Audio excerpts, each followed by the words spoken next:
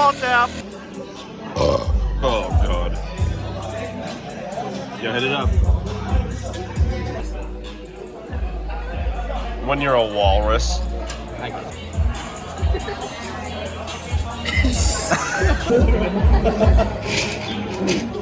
Anybody want the last sip?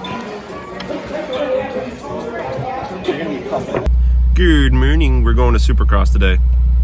And then we're going to do everything else tomorrow. Stay tuned.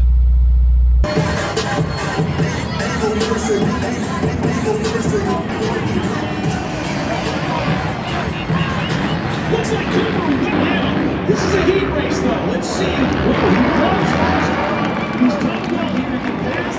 Can he make it again? Hello, everybody. Today we are doing something kind of cool, adding a factory subwoofer to my WRX. Now, I didn't find much information about this on the internet. So I have the factory sub out of, it says a 16, which my car is a 16. So if you have like a, I think it's 17 and above, the harness is different. So I'm gonna show you this.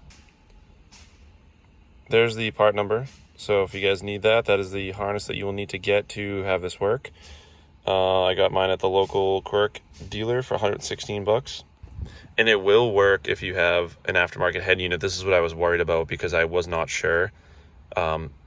So I'll show you basically what it looks like on the other side. So there's one plug coming off the amp here and, you know, long cords.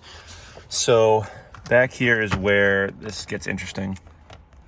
So normally when you get like radios and stuff, you figure you just like plug them into the empty plugs that are on the back of the radio, but that's actually not the case. The connections actually go in between the head unit to the factory plug and basically kind of like intercept the wire, and then you would plug in the actual harness to the sub, and then it kind of like basically adapts it to have this all integrated into one. So you'll understand if you take a look at it. It's really pretty simple which ones go where, and then just test it while it's still all apart, and then run the wire to the back. So you can basically run it however you want.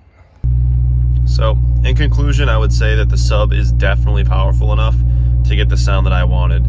I didn't need to go crazy and get some super expensive sub or something with a lot of power. I would definitely recommend it if you want something kind of fill in the background noise, and it definitely does more than I figured it would, so it's a good purchase. Until next time.